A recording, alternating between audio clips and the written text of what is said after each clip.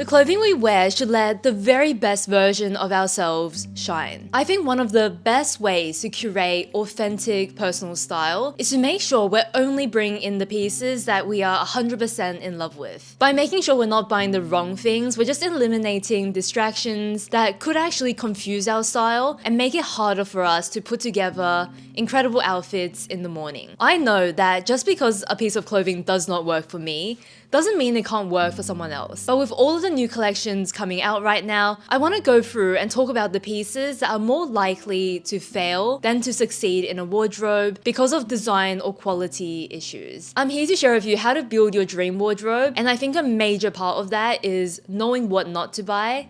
And that's what we'll do in today's video. Today's video is for the transitional season, but focusing a little bit more on spring just because fashion tends to follow Northern Hemisphere weather. The first thing I would personally avoid are pre-styled clothing pieces where it cuts into the function and versatility. The best way to explain this is through photos. So we're gonna start with this t-shirt with these embellishments around the neckline. This t-shirt looks like it's solving a problem where, you know, it's taking a t-shirt, elevating it, making it a bit dressy. But the thing is, I can just wear any t-shirt with any necklace, be able to separate those two pieces, style them individually in so many ways, whereas by putting these two pieces together and pre-styling it, it is making it so much less versatile. I see fast fashion brands do this a lot because it takes a basic, it pretends to solve a problem where it dresses that item up a little bit, makes it more elevated, but instead what it's doing is actually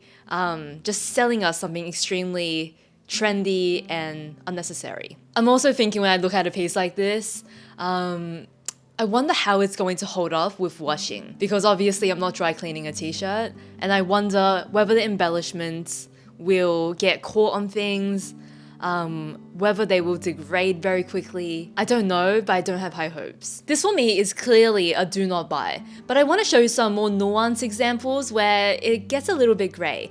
So with this shirt, it has this cutout on the back. So I understand the idea of this is to take a classic shirt, make it a bit more interesting, but for me, what this is really doing is that it's taking something very classic that I can style in so many ways for work, for casual, and it's cutting the versatility into half because no longer does it feel that work appropriate. Now it feels very summery, very casual, very much for the weekend. I especially get annoyed when more expensive, larger purchases are pre-styled. For example, coats. Like the coat with the scarf. I've never liked this unless the scarf was removable and the coat looked good without the scarf. Just because, again, you're tying two things into one so that I have to always wear them together. And then coats with kind of funky details. I know what they're trying to do. They're trying to elevate it. They're trying to sell me something new and different.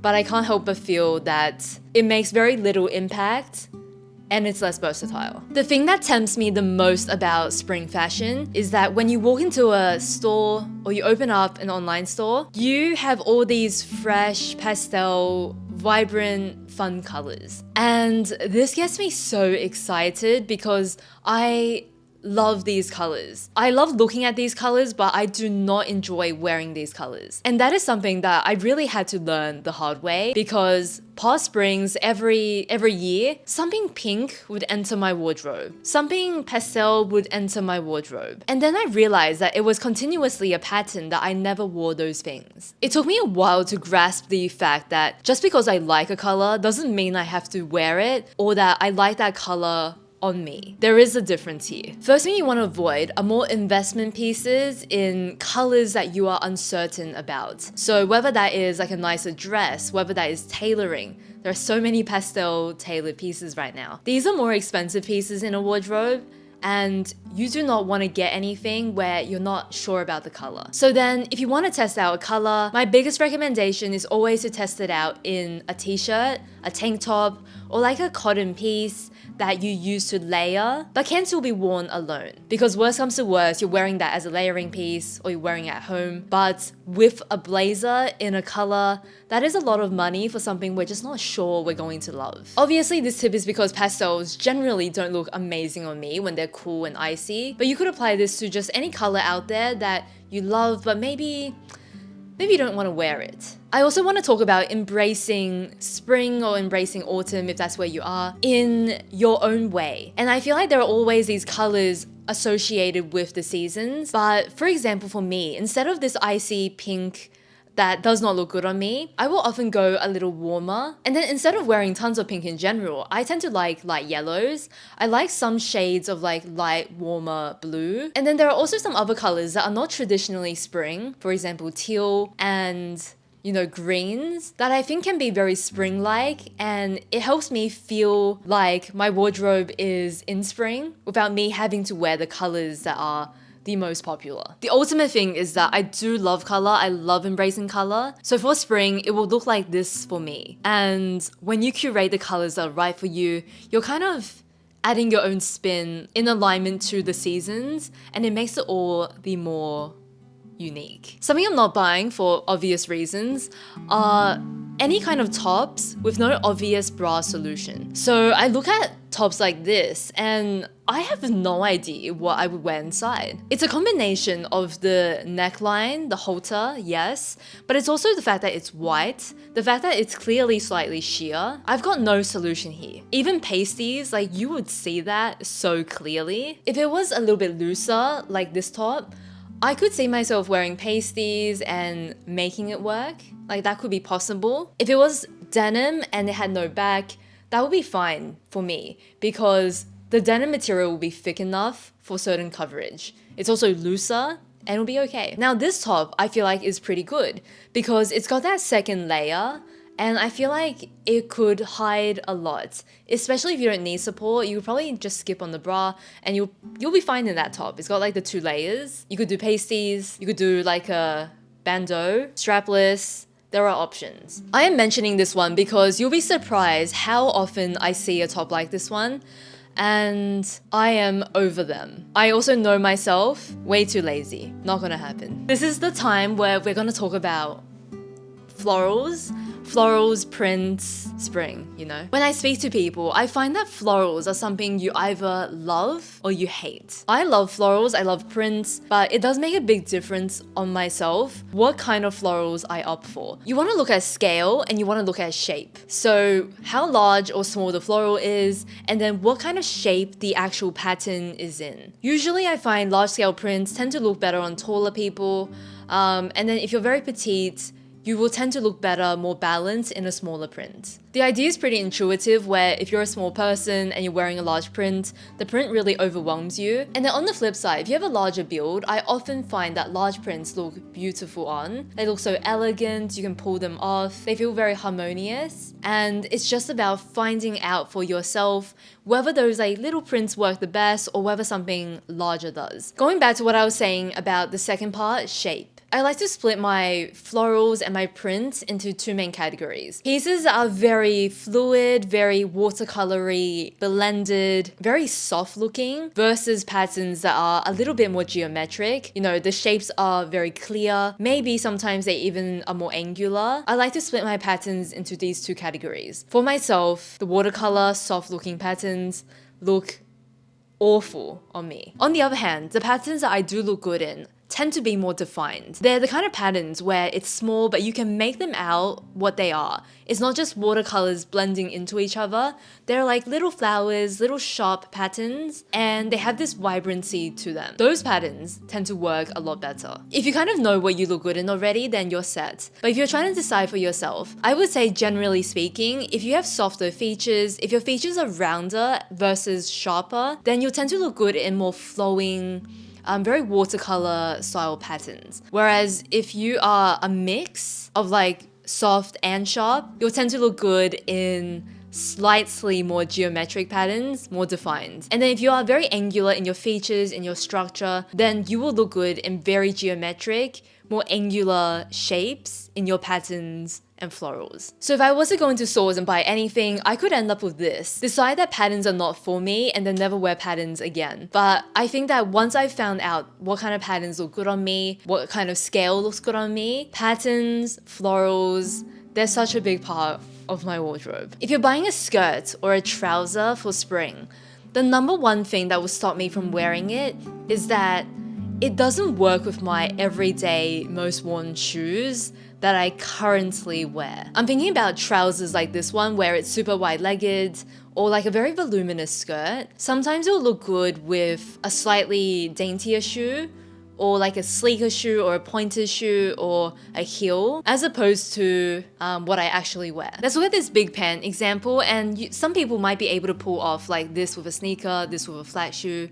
For me, not really. It's a body shape thing as well. For me, if I were to wear this, it definitely needs a heel of some sort. So then, since I need to wear it with a shoe that's not my everyday shoe, I already know that the cost per wear for this is going to be really low. This is why, yes, I still wear a lot of wide leg trousers, but I tend to hem them so they're a little bit shorter, around ankle length. Not because this is the most flattering length for a pant, but because it works with the shoes that are my everyday shoes. I also tend to go for wide leg pants that are not extremely wide, for this exact reason that it pairs better with my everyday shoes. A piece of clothing that I just don't understand are pieces like this. So big voluminous blouses, big sleeves, light fabric, and designed for spring. I don't understand this because spring is all about layering. I never leave the house without a jacket of some sort. I'm always commuting, and a jacket is something I always have on hand. So tops like this, they're just so hard to layer with the big sleeves. And once you manage to get the sleeves into your jacket, it looks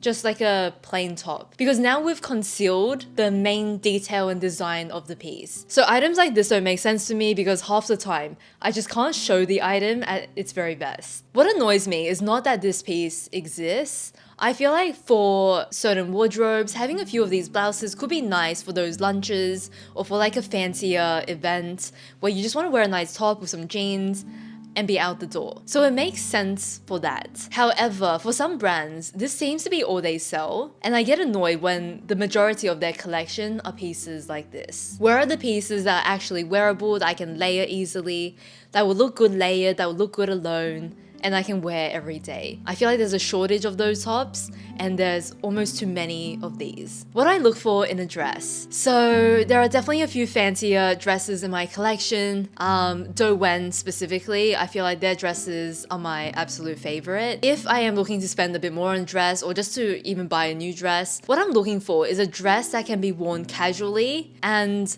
what this means to me is that you have to be able to wear it with a cardigan. You have to be able to wear it with a sweatshirt, so that I can dress these dresses down for every day, but also wear them to dinner or to an event. I want to have a dress that can do both. So the dresses in my wardrobe that work really well are things like this green dress from Realization Pa. It's new to me, but it's been so versatile already because it looks so nice with a sweater layered over the top, with a sweatshirt over the top. And then I love my Wen Leanne dresses because they layer incredibly well, as it cinches in at the waist, and then when you put something over the top, it still looks very nice. So let's look at these dresses. I get very annoyed at short sleeve dresses with these puffy sleeves and tie back design because it doesn't layer, right? You put something over the top, you can see all these lumps and bumps. Maybe it can be done, but not done easily. Even the Pippa dress, which, by the way, is incredible, such a flattering dress. It did irk me slightly that I couldn't wear a sweatshirt over it because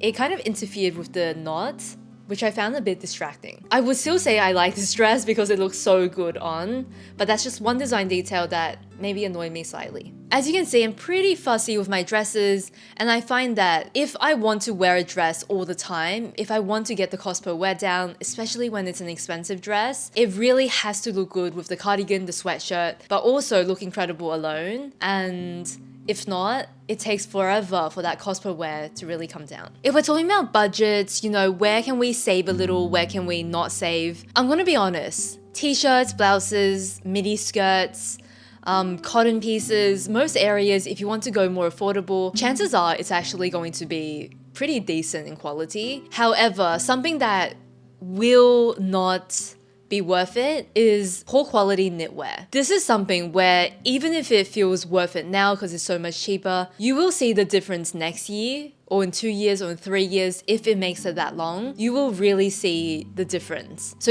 if there's anything in a wardrobe that I would say is worth finding high quality for, spending a little bit more on, it's wool knitwear. Cotton knitwear you can even get away with, but wool knitwear, you will be able to tell the difference over time. I do so many Uniqlo videos, but I can never recommend things like the souffle yarn cardigan or sweater, because even in stores, I'm looking at the texture of this sweater and it already is designed to look a little worn. I swear they make it look slightly worn so it's less obvious when it actually gets worn and it's peeling, as it's going to wear really quickly. I can just tell because I have purchased things like this in the past and it's happened time and time again. You end up with something that's a bit bobbly, it clearly looks very worn in, and especially on lighter colors, it's really noticeable. So as much as I want to recommend something cheap and cheerful here, wool knitwear, sadly, it will not be cheaper in the long run if we were to buy something like this souffle crew neck sweater. There are so many good places to buy knitwear. One of my favorites was always COS during their sales, because they'll do these 70% off sales, and then I could find merino knitwear for a really good price, and the actual merino they use was also high quality. And then of course the knitwear that I actually wear that I recommend all the time is Cezanne. Half their knits are not good, but the other half are like incredible. You can watch my review video if you want to know which ones I recommend, but once you figure it out, their pieces actually last really well. I have a rule about knitwear lengths and what not to buy. So do not buy very chunky knitwear, you know, thick, chunky knitwear in oversized lengths, especially if you plan on tucking that in. I used to have the longest knits and they were bulky, so I'll do like the most delicate front tuck and then like fidget with it so it'll look nice on. I'm over that. If I buy knitwear these days, it will be basically the perfect length. You know, slightly long, but just enough that I can tuck it in and it doesn't come out or move around. It means that it's hitting me basically around my hip bone, so it gives me a good amount of space to tuck, but not too much. This applies especially for bulkier sweaters, whereas for lighter sweaters, actually, I don't mind if it's slightly longer because I know that I will tuck all of that in, and it's just a little bit warmer when they're longer and I tuck them in. So the bulkier something is, the more the lengths have to be right. Otherwise, I just don't buy it. I mean, knitwear, it will stretch a little bit over time. If it's big now, it'll get a little bit bigger over time. So keep that in mind when you're buying. I really like the way this COS cardigan looks. I've seen it in store as well. I love that crop silhouettes are in right now because there are so many options, whereas a few years ago, I couldn't find nearly as many. I love trends like this because you just have options. Thank you so much for watching today's video. I definitely keep a close eye on what's out right now in different brands, different collections. So these are things that stood out to me as items that I wouldn't really recommend for a lot of different wardrobes. Again, as I said, just because I can't see it working doesn't mean it can't work, but these are things to consider. If you'd like to see more content like this, I have a bunch of other videos on my channel, so I'll link to a few of my favorites up above. And then I also have a newsletter all about what not to buy. A new edition just came out, so if you'd like to read that, which is the same topic but different items, check out the link down below and it'll take you to the newsletter. Thank you so much for watching. I will see you next week. Bye.